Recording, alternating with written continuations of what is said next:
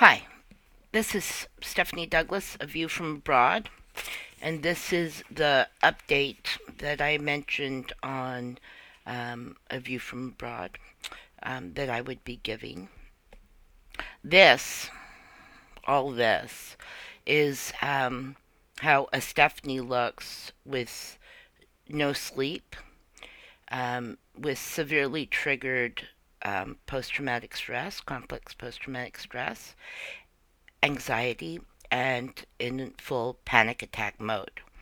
Now, I sound calm even though I'm fully triggered in all those areas because as a short black woman in a white world, I have learned to present fairly well. So all the screaming is going on inside my head. I don't actually demonstrate that. I don't present that. I don't present like that. Um, so even though I sound calm, um, I am far from calm and I am extremely, extremely distraught.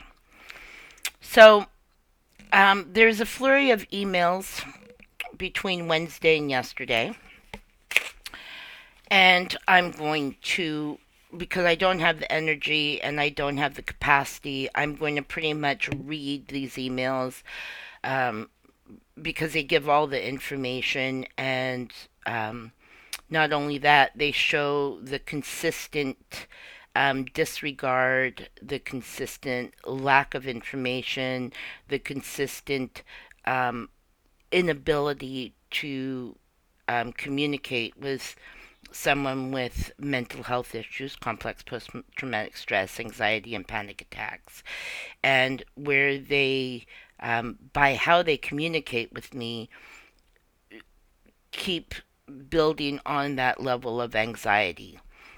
This is Mental Health 101. So obviously, nobody here in this program has taken Mental Health 101, which is how they're interacting with me is exactly the way that Chief Medical Officer Dr. Heather Kaiser would say, do not interact with someone who has post traumatic stress, anxiety, panic attacks, or someone who has other mental health issues like borderline personality disorder. Do not dismiss them. Do not evade direct questions. Do not act like they're too stupid to understand what you're doing, because we do.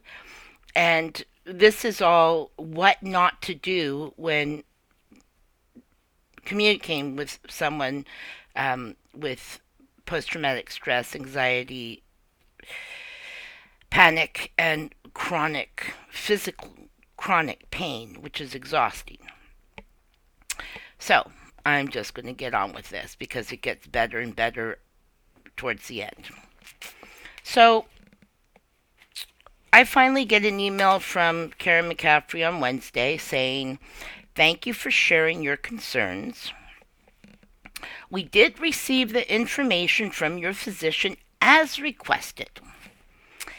We'd like to invite you to come to meet with your support coordinator, Charlene Busey, and Tim Wakelin, clinical assessor, to review your case plan and discuss additional supports that may be available to you. Charlene and Tim are available to meet on October the 1st in the afternoon, October the 8th anytime, and October 9th in the afternoon. Please contact Charlene directly to schedule a specific time that will work for you. Well, my response to that was Karen, and to everybody else. I just sent it to everybody. October 1st, depending on what happens when and if I decide to camp out in the minister's office until this is dealt with. Since essentially I've been dealing with this same issue for 4 years, which has significantly impacted my physical and mental health. You did need another note from my doctor's office She should have been contacted by fax or in person at the very beginning, since she was already more than aware of this being on my file and on her radar, because we've talked about it for years. Also, if the draft form from the not so accessible accessibility support program had been sent to her, that would have been all the permission needed, which is why, as far as I remembered, I signed a whole bunch of papers for this very purpose. When Verley and Tim came for those 8 hours of assessment, I also signed a bunch of papers for permissions. You haven't given me a decision, and I want to know what it is and why before this next check hits my account.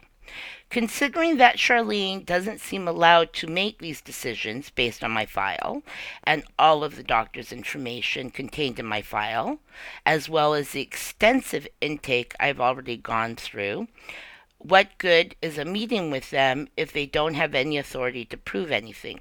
Not to mention the fact that they got another doctor's note. Does it make sense to meet?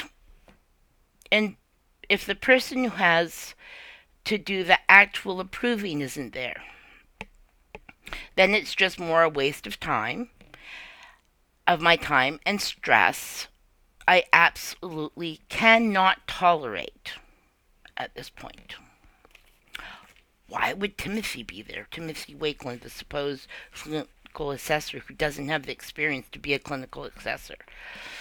I haven't seen or heard from him since last August, and he doesn't have enough experience to be a clinical assessor. I have decades more training and experience than he does. So what is Timothy, who hasn't talked to me in over a year, going to bring to the table? Does he have any actual authority to approve decisions? Where has he been this whole last year and through all these months of this going on? Why is he being included now? These are very clear questions. Very clear questions. I want Jason McDonald there at this meeting so I can tell him to his face how much harm he's done. Also, until the Accessibility Act is passed through the legislature legally, he is still the supervisor of the disability support program that still falls under Income Assistance, the Income Assistance Act, so it is his job to be there. Since I don't trust any of you as far as I can throw a rock, which isn't very far because of arthritis in my shoulders, I want to record this meeting from beginning to end so that we all have the same information at the same time and no one can say that's not what they understood. I want a full copy of my file before this meeting. You can either copy it for me or I can put in a FOIP request. Either way, all files should be written in such a way, that neither the individual or their family will be upset in case the file should ever be subpoenaed to court. I have written enough files on people to know how to write respectful, accurate, and objective reports on individuals with multiple health issues. And in between this, that was Wednesday. On Thursday, I sent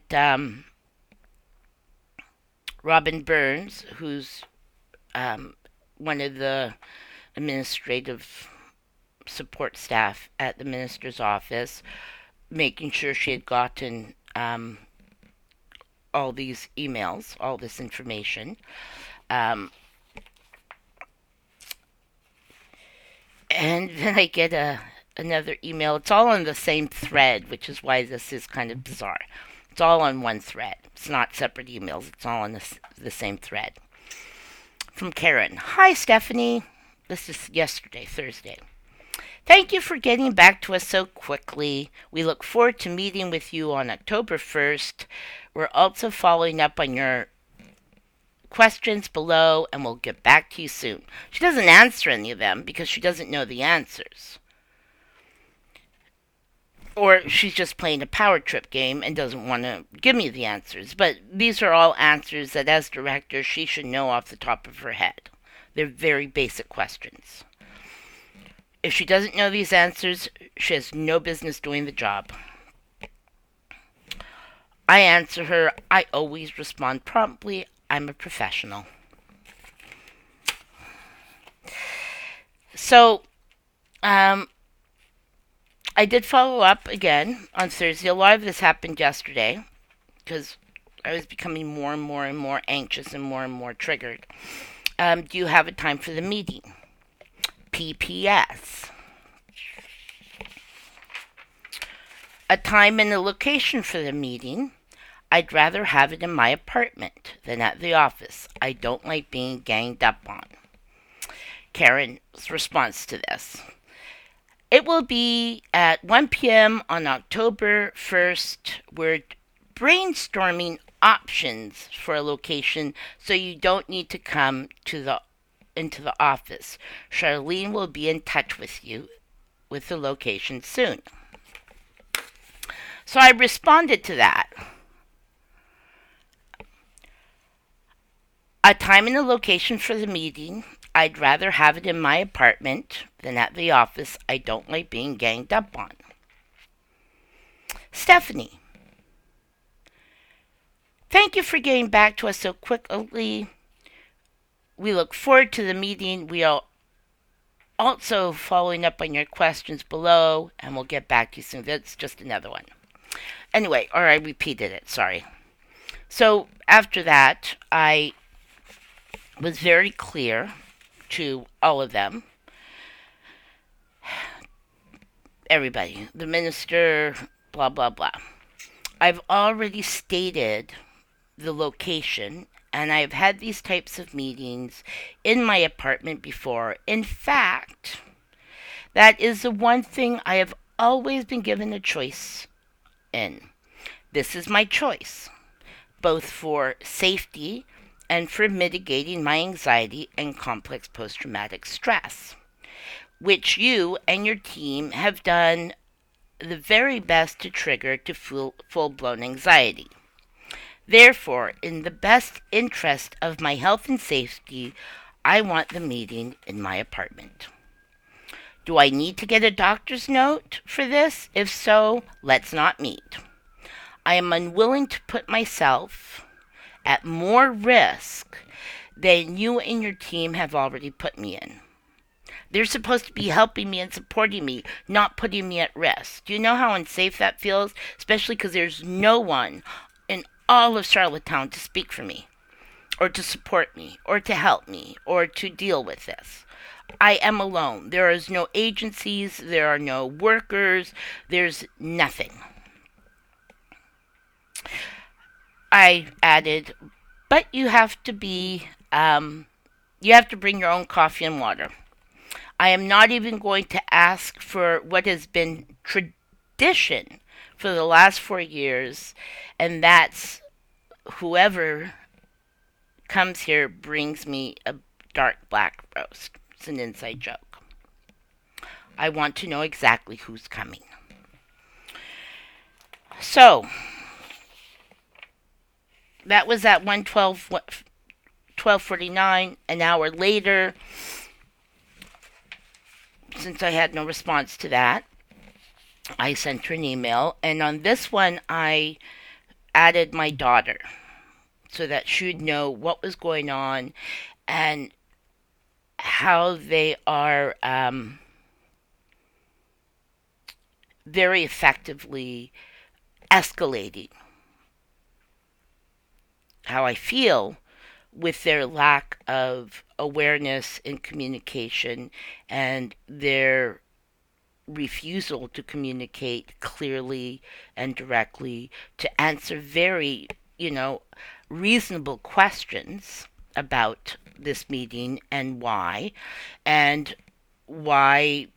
is a decision, yes or no, about the $73 not being made, considering my doctor gave her even more information on top of all my information that I gave her. So I asked her, Karen, what exactly is the reason for this meeting? You want. You have not made this clear in the least, or why you want a meeting. You have yet to tell me your decision on whether or not you are going to increase my food allowance by $73, since you have all the information you need. Your decision is either a yes or no at this point. Very simple. So in between all this, my daughter, who I had tagged, sends an email to everybody. And it's a very good email because she raises points that because of my trauma and because of my continuous experience with racism, I don't always, it's such a part of my life that I don't always pick it out. So this is a letter from Jessica Hepburn, my daughter. To Karen, Carla, D, Keedwell, Minster, WH, Mark, me, Robin. Hi, everyone. I am Stephanie's daughter and the federal NDP candidate for South Shore, St. Margaret's. And I'm missing part of this. But I have it somewhere else. It didn't print off clearly. But I have it somewhere else. So I'll read that part. So, let me start this again. I'm Stephanie's daughter and the federal NDP for South Shore St. Margaret's. My mom is a good advocate for herself, but it comes at a cost to her physical and mental health, which then adds additional costs to your already critically burdened healthcare system. I'm wanting to know if anyone working on my mom's file has participated in anti-black bias training, trauma-informed practices training, or harm reduction for people with complex mental health issues like post-traumatic stress. If so, can you point to the implementation of those practices when replying or supporting my mom in this application? This simple application for additional supports that my mom qualifies for has been an ongoing issue, causing anxiety and stress that could have been avoided with proper process. This causes her to require additional help, not less. I request quick action to address systemic flaws in your application process and a review of best practices.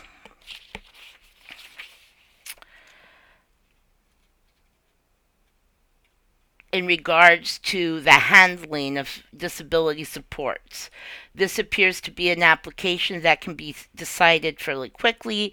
I hope that you will work to support my mother and ensure she gets the dignity and respect. Okay, that's a little bit disjointed only because everything didn't print off exactly as it should have. There we go.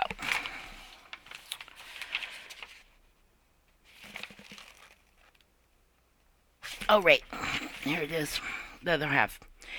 In regards to handling my mom's application and other vulnerable applicants in need of disability support.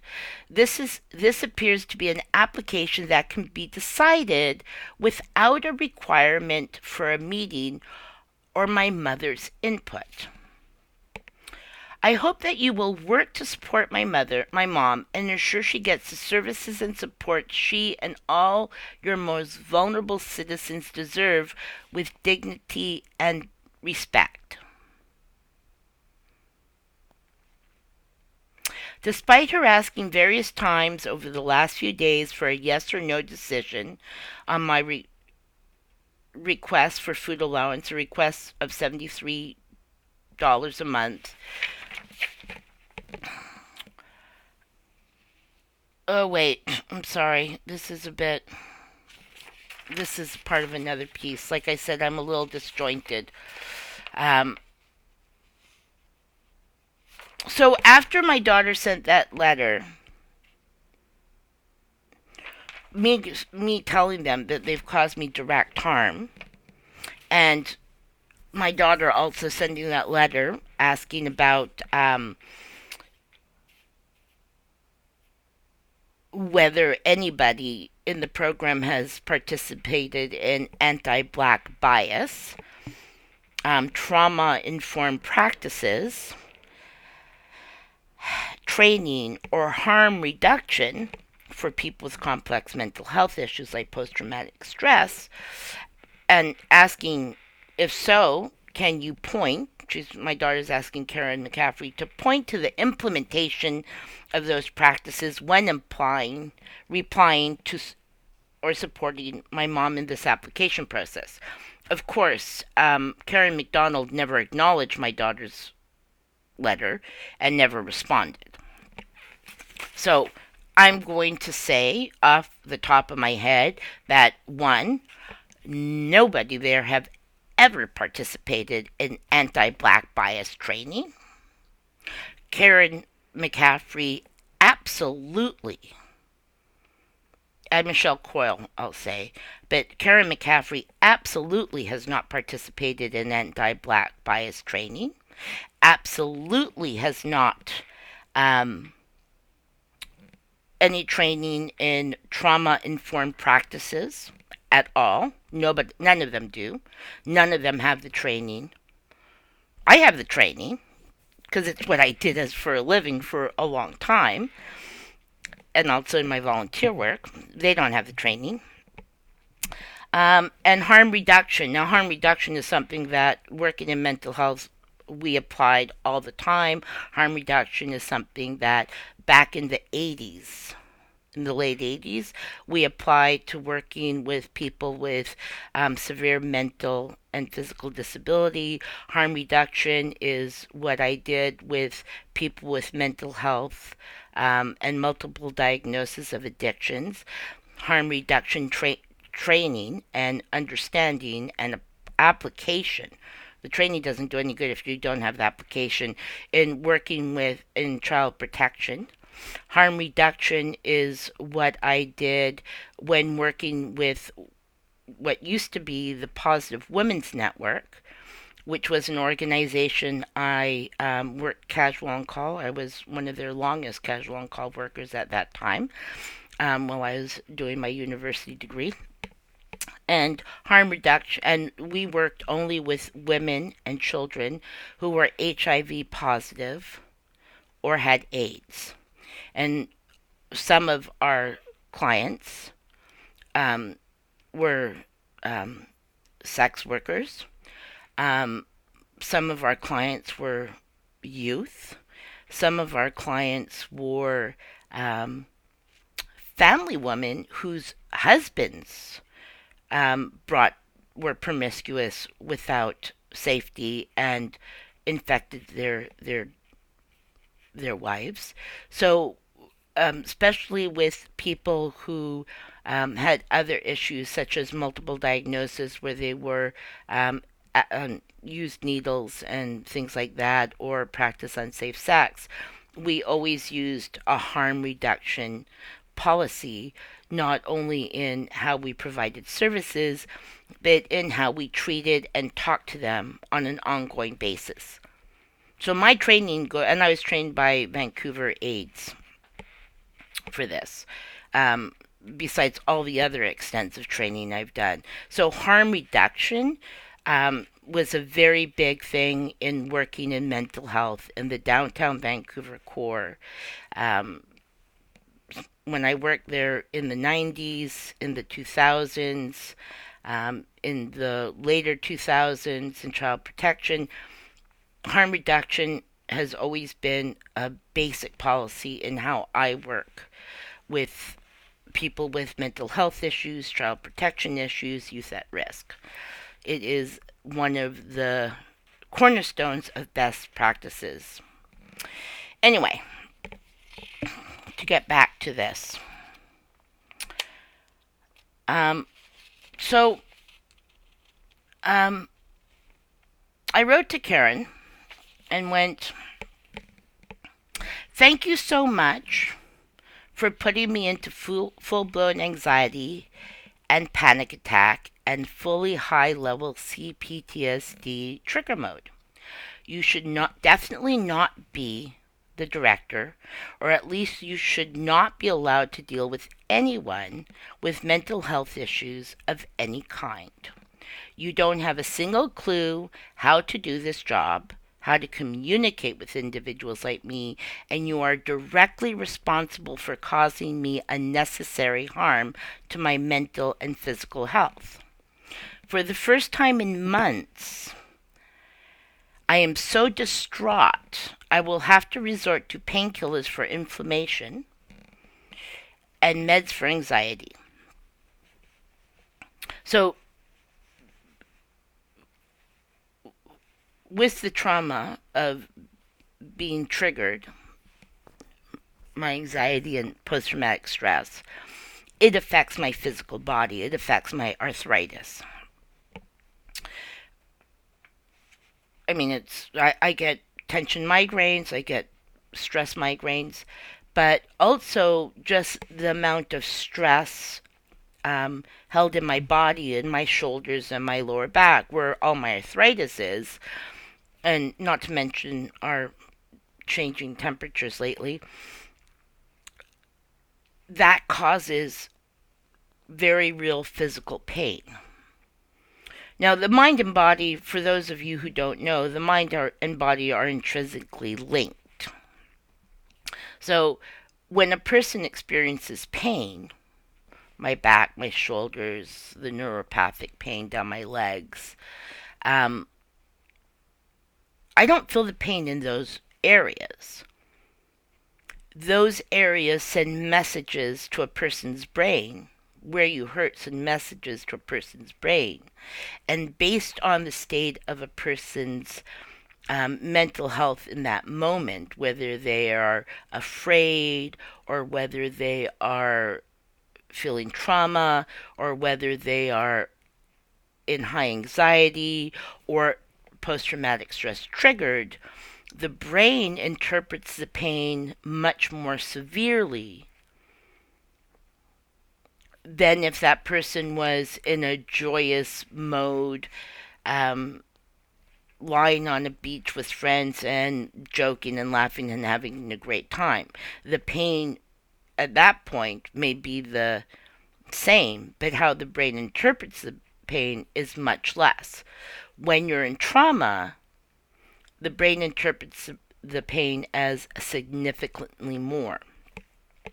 So based on holding the stress in my shoulders, which already have arthritis, my upper neck, which already has osteoarthritis, my lower back, which already has osteoarthritis, my hips, which already have osteoarthritis, I'm sitting writing this crap, my body's in pain. So yeah, for the first time in a while, I need to take painkillers. I've cut down on my medication a lot over the last few months. This has triggered too many things. And because of the anxiety of them not responding clearly to clearly ask questions, the level of my anxiety and panic and the triggered post-traumatic stress has increased exponentially. So yes, then I do need something for anxiety, because if not,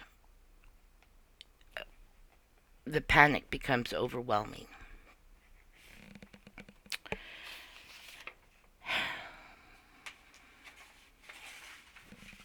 So I continue on with, I have asked that the decision is before the October check is issued and you haven't responded.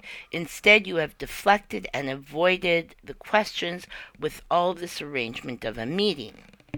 However, you have not stated the reason for the meeting. I see no point in Timothy being there since he doesn't know me, hasn't had any involvement with me since last August, and has had nothing to do with me.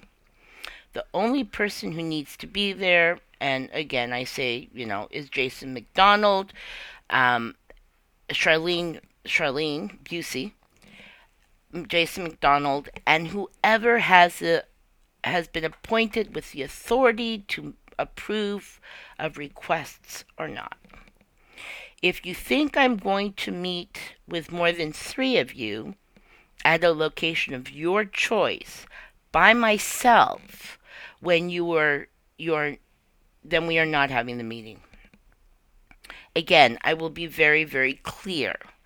I will not put myself in an unsafe situation, and I will not compromise my health any more than it has already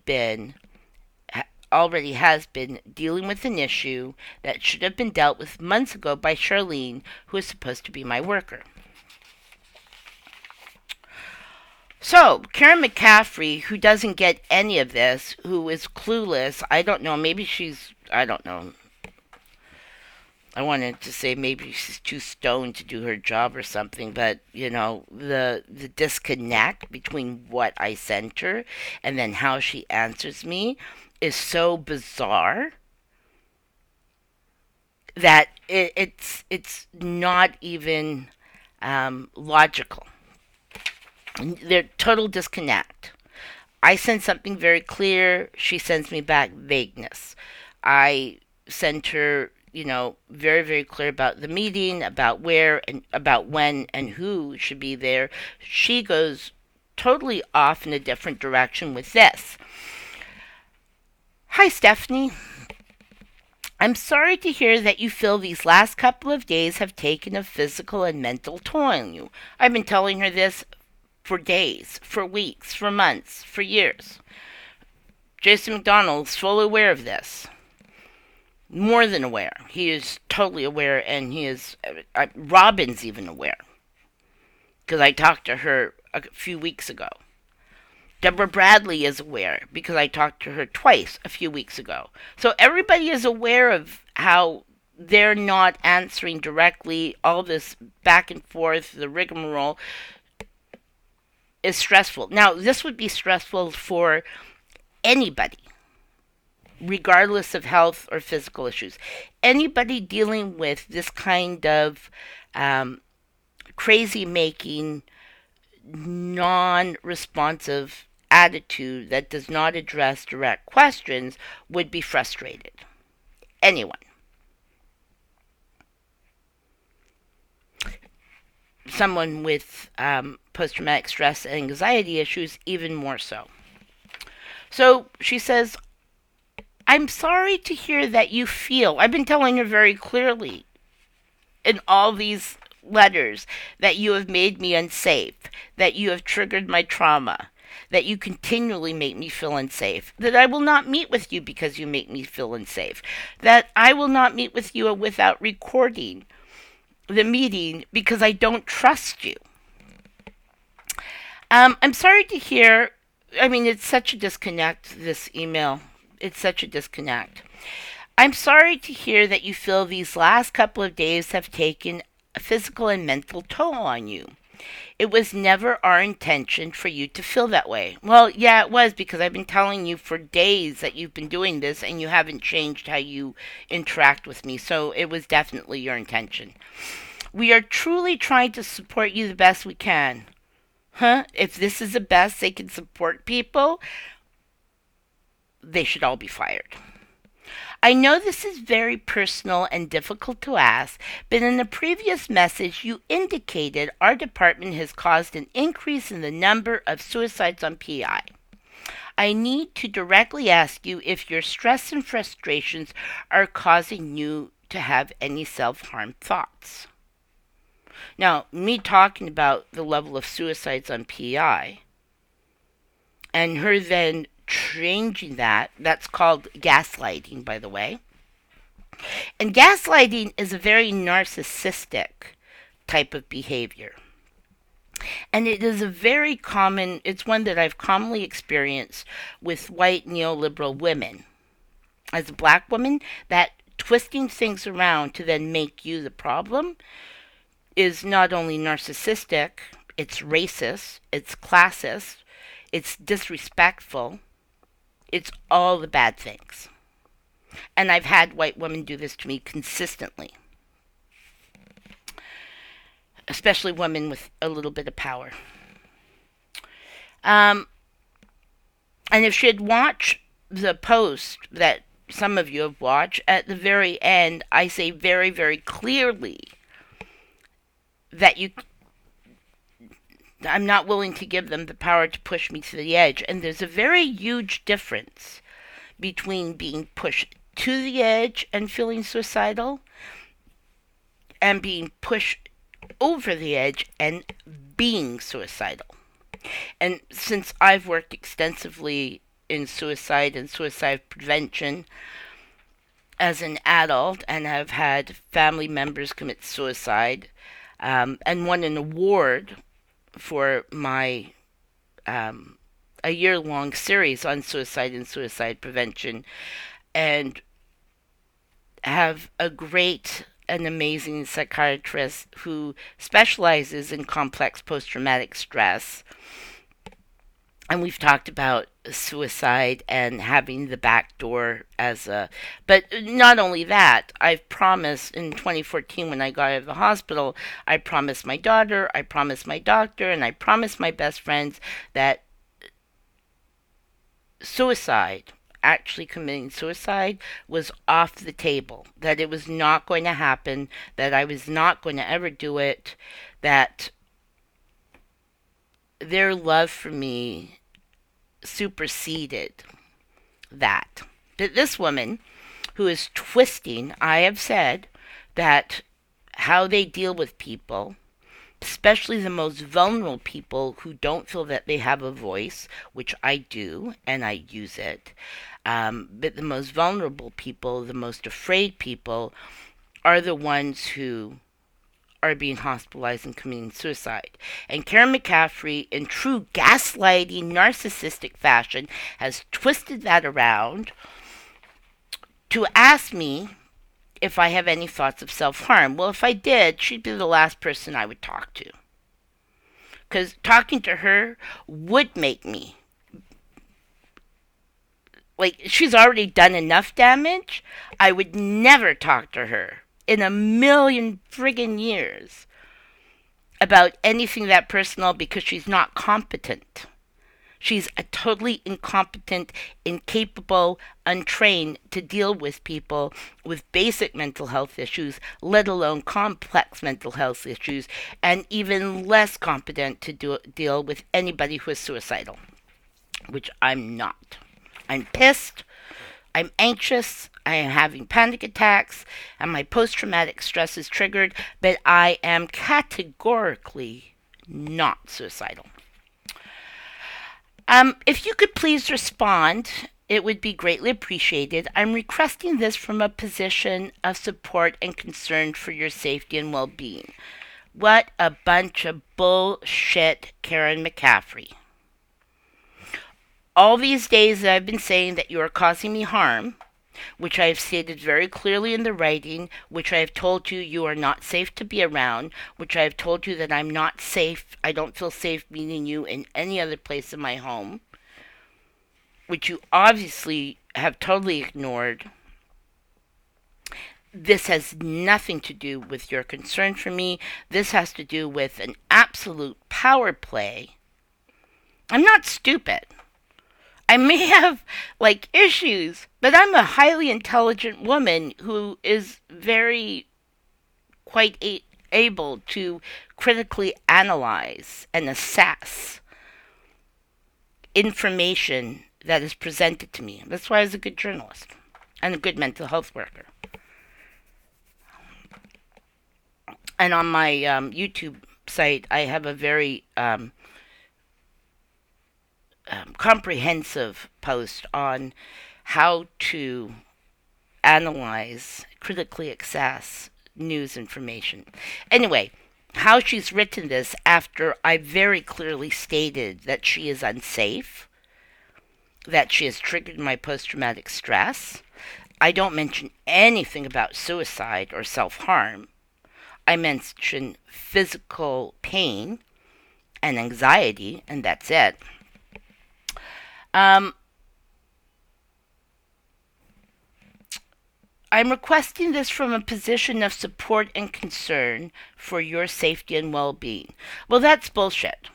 It's pure, unmitigated bullshit because for months, I've been saying, can I just get a decision that this rigmarole, that this whole huge bunch of process for something that is a very simple yes or no answer based on all the medical information in my file, and that by deflecting this, by making me do twice the amount of work, by not knowing my file, by not talking to me with knowledge of my file, you have in fact been ongoingly causing me harm.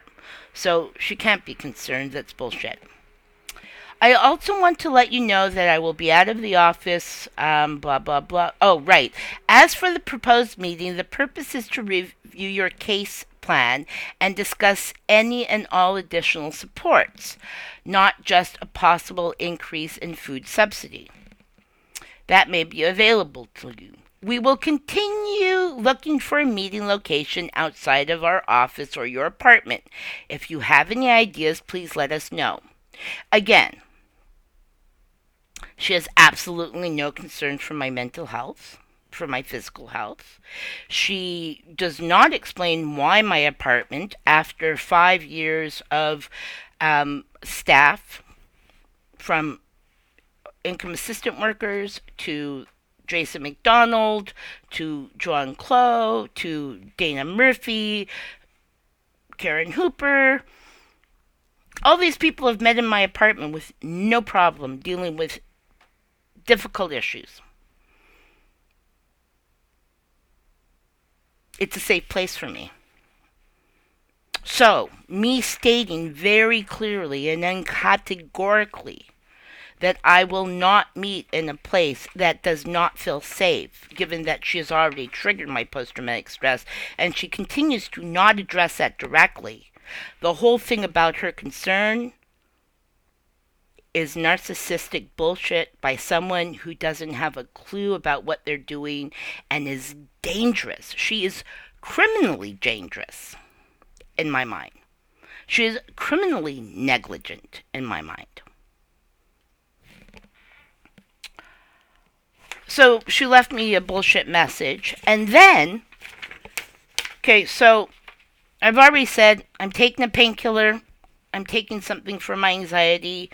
The most logical thing that most people, well, I, as a mental health worker, would know is that the person is probably going to have a nap and try to recuperate. Karen McCaffrey is not that smart. So this last email was at 4:12. At 5-something, she leaves a message on my phone, which I didn't hear because I was doing the smart thing. I was having a nap to recuperate, regenerate, and deal with the pain and the anxiety. So what does she do?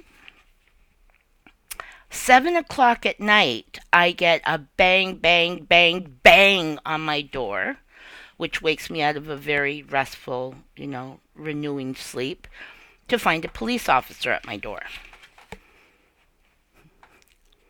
I'm going, why are you here? And he said, can we talk inside? I said, sure. Why are you here? He said, Karen McCaffrey was concerned about your health and sent us to do a wellness check. And my immediate response to him was, tell her she's a moron and a schmuck. Which he laughed and said, I can't do that. So Constable Woods and I actually talked for a good hour. about the mental health issues, about the suicides, about the disability and accessibility support programs, about my work in mental health in the downtown Vancouver core, and his understanding of big city mental health work, because we deal with the same people in those situations.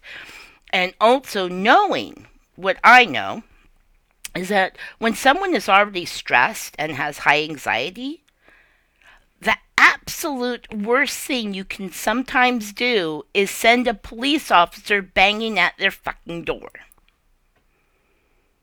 So, Karen McCaffrey had no concern over my health. Absolutely none. This was a power play. One, it's gaslighting. Two, it's a power play because by sending the police to my door, she thinks she can establish that I'm unstable, which I'm not. I'm stressed. My post-traumatic stress is triggered, and I'm anxious. But I am not mentally unstable. There's a big difference. This will backfire on her because if she, first of all, my daughter had contacted her, and so instead of emailing my daughter, or God forbid, Googling Jessica Hepburn, candidate, South Shore, St. Margaret's NDP, and getting a phone number for her, which is totally accessible, and calling my daughter or emailing my daughter saying, I'm concerned about your mom. Is there someone on PEI to check in on her? Or are you concerned about her that we need to send someone over? And my daughter would have said no. On my file, which of course she hasn't read, and she hasn't talked to anybody who's read it, and nobody who has been involved with my file is being accessed. Jason McDonald knows all this information, is that I live in a very great apartment building where most of my neighbors are also my friends. And so Jason McDonald knows really well that one of my downstairs neighbors is also a friend. He knows, and on my file with Timothy Wakeland and Verily, which I gave all this information to in 8 hours of intake, detailing my home environment, the safety, my neighbors as friends, the fact that I have a great superintendent who is always there for practical things, but is there if you need him as well, and listing 2 emergency contact people. At the time, my daughter was not listed, but that's a whole nother story. But my daughter is very involved in my life right now, as her letter shows. So they have all this information. So if she had been genuinely concerned over my well-being, instead of sending a police officer banging on my door, what she would have done is contacted my daughter, who knows all the people she needs to contact,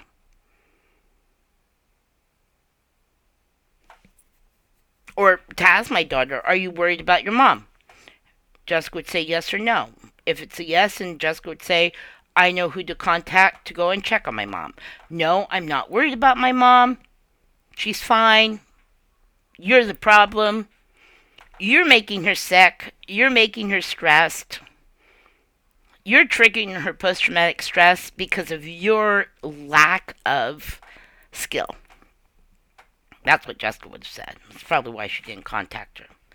Anyway, so she sent the police to my door, which has nothing to do with my well-being or welfare check. It has everything to do with disregard, with a power play, and with actually seeing how far she can push me over the edge. Because I've worked with women like this, and women like this want to see how far can we push Stephanie before she breaks. But what people like Anne McCaffrey do not realize is that the more you push me to break, the less breakable I am. the more I flow with the wind along with my long arms, flow with the wind and go, fuck you.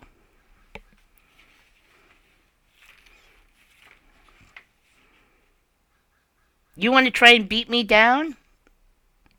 Do you know how many times people have tried to beat me down? And I'm still standing. Or sitting right now. Anyway, so she doesn't know my file. She doesn't know any of the information. She didn't contact any of the people who know the information in my file. She didn't contact my daughter, who had just sent her a letter about the harm that they're doing to me. I made no mention of suicide or being pushed to the edge. I did say that they had done a very good job of triggering my anxiety, my post-traumatic stress, and my panic and physical pain, and how I was going to deal with that. My comments, which you can review again on my other podcasts, are very clear about the increased suicide levels on PEI of vulnerable people who do not have the resources, do not have the information, and are too frightened to speak out. That doesn't apply to me. Unless you haven't noticed. And I have friends and family and community and emergency contact people and downstairs neighbors and a superintendent, all of which could have been contacted to knock on my door and say, hey, Steph, are you okay? And I would go, that dumb broad. Yes, I'm okay, but it would have been a lot less traumatic than having a police officer show up at my door. And I did ask him, can you please tell her she's a total moron, an idiot, a schmuck, and doesn't know what the fuck she's doing?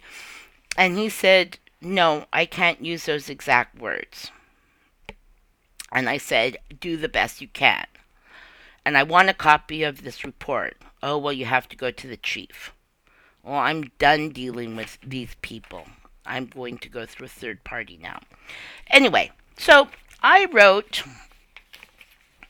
Karen McCaffrey and the minister and Jason McDonald and Mark Spadell, and BCC'd it to my daughter and to a couple of other people, which I'm not going to mention because it's BCC. And this is what I wrote to the deputy minister, who, of course, has not gotten back to me. Minister of Social Development and Housing and Deputy Minister Kidwell. The unacceptable, humiliating, disrespectful dealing with individuals like me who have chronic pain issues, complex post-traumatic stress, and rape trauma, which all of them are very well aware of, because I've been very clear about this, has exceeded all levels of absolute inappropriateness, culminating in the totally unacceptable behavior of Karen McCaffrey of sending the police to my home yesterday afternoon to do a so-called wellness check. I do not call her actions even remotely about my wellness and safety, and totally about power and control, and to establish that I may be unbalanced. She negated to do due diligence in reading my file and the 8 hours of intake, my community and neighbor support, and worse yet, yesterday my daughter, Jessica Hepburn, who is NDP MP candidate for South Shore St. Margaret's, also wrote a letter to Karen and the rest of you about the physical and mental distress dealing with a totally unresponsive and simple issue that has become complex to the point of total absurdity. Obviously, my daughter is well aware of the issues and also the years of trying to get basic services from two programs that discriminate against people with mental health issues. through total negligence by a lack of qualified staffing and clear protocols and criteria. Does that sound like I'm unbalanced? Despite clear and extensive details of the individuals who are my support system, and my daughter, who is in communication with all of you, Karen McCaffrey took it on herself to send a police officer to my door, to my home, to do a wellness check.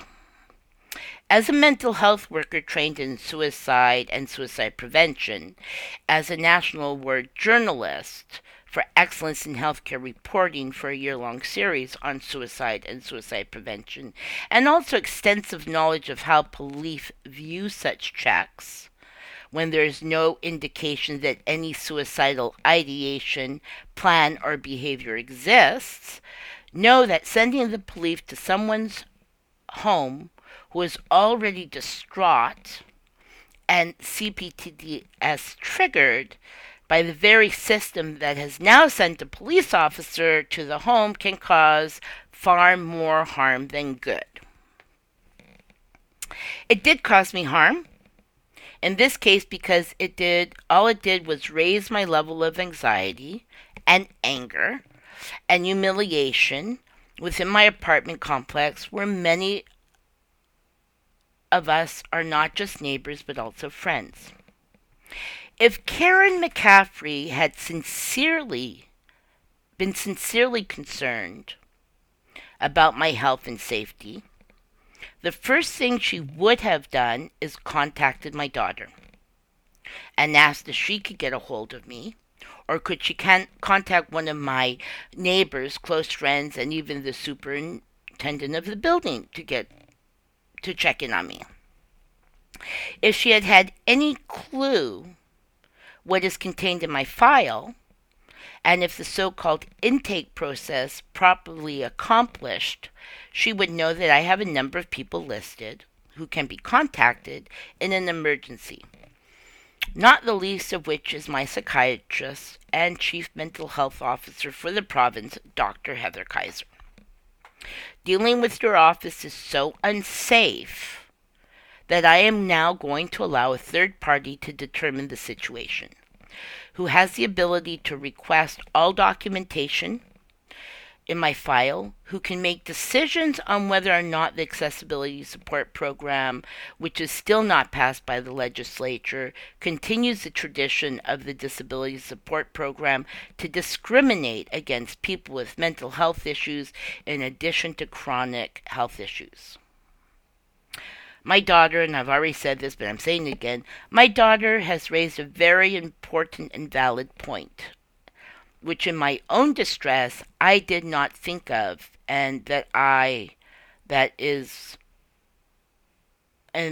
quote from her letter, which you also received but likely did not read. The section in bold print is my own doing. Hi everyone.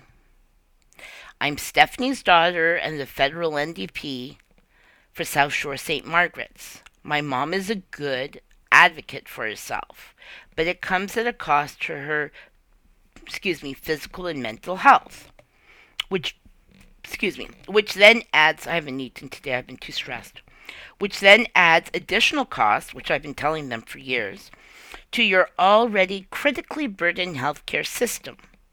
I'm wanting to know if anyone working on my mother's file has participated in anti-Black bias, trauma-informed practices, training, or harm reduction for people with complex mental health issues like post-traumatic stress. If so, can you point to the implementation of those practices when replying or supporting my mom in this application process? The simple application for additional supports that my mom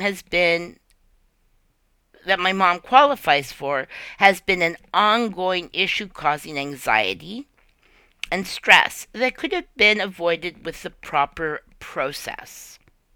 This causes her to require more help, not less.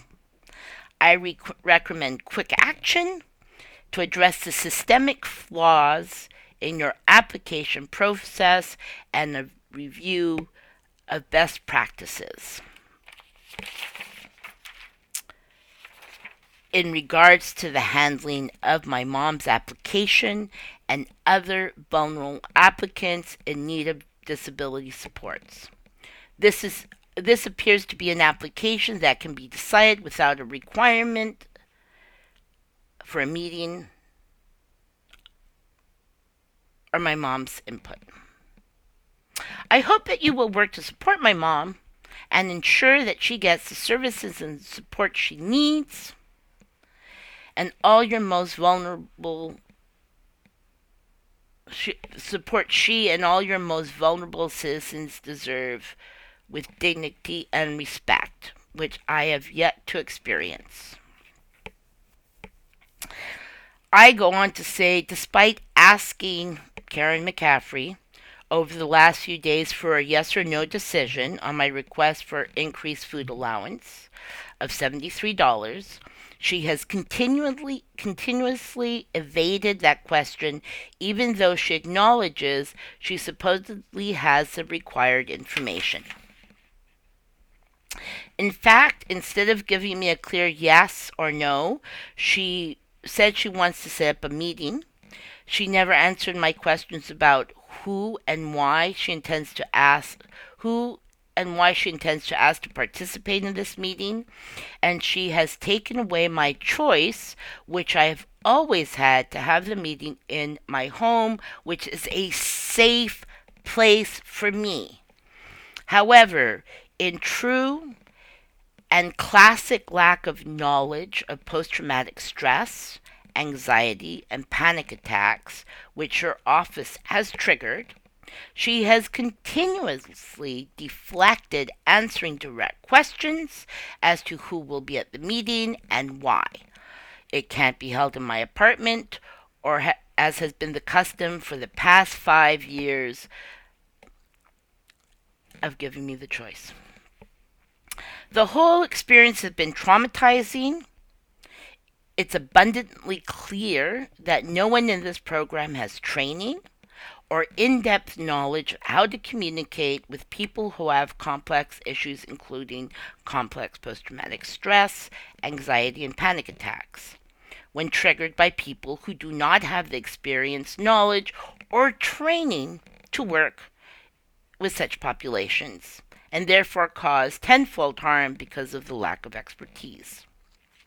Sending the police to my home was the final straw in creating the level of anxiety that was totally unnecessary, and the decision to do so was based on total ignorance of mental health, the contents of my file, and my emergency contact supports, let alone my neighbors and daughter.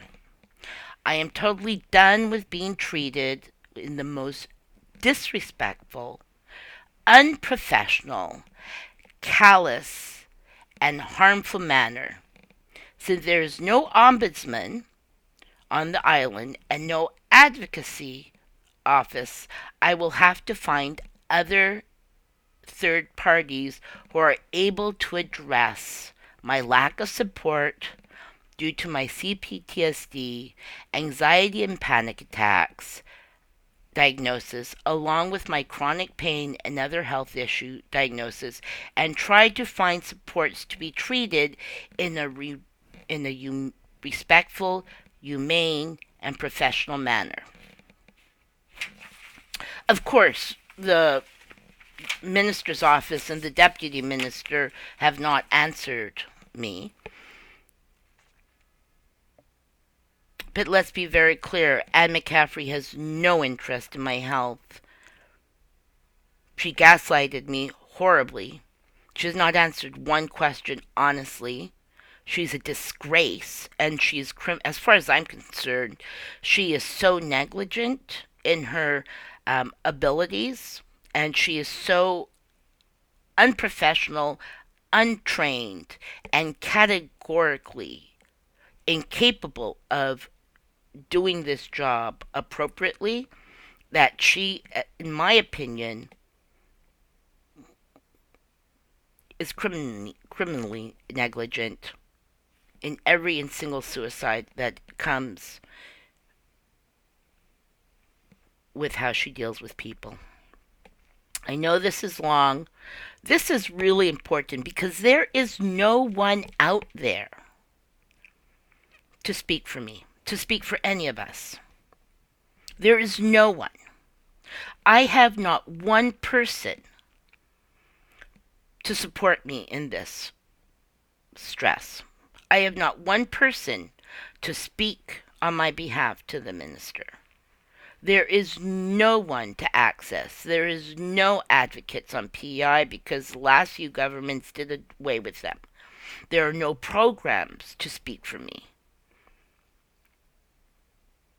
So on top of being the one with the health issues, I have to deal with this level of incompetence, disrespect, gaslighting, lack of training in anti-black bias. Because they all know I'm black. And so one of the things that happens is, oh yeah, she's an angry black woman. Let's just, disregard her anyway. So the racist trauma increases. The disrespect increases the trauma. And who's out there to speak for me, let alone anyone else? This is Stephanie Douglas, and I am going to say to you, Anne McCaffrey, you are a moron in the true Yiddish sense of the word. I'm Jewish. Another strike against me. Black Cherokee Jew. White. I'm a black white Cherokee Jew. A chubby black white Cherokee Jew with complex post-traumatic stress, anxiety, and panic attacks, let alone arthritis. So in the true Yiddish sense, you're a moron. And in the true Yiddish sense, you're a schmuck. Because what you did by sending the police here was the ultimate in disrespect, total ignorance. Like, you could not be more ignorant of the information contained within your own office or of the people who have that information.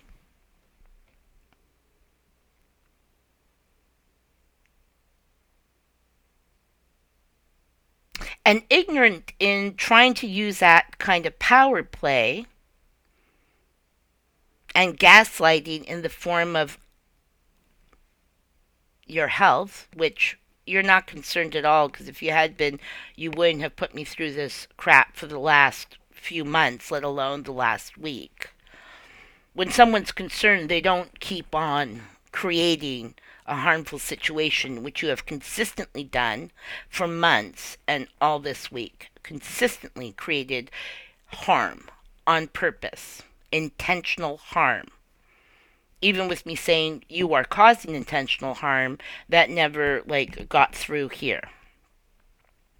So please listen to this. I know it's long, but without your support, I am, and all of us are kind of screwed.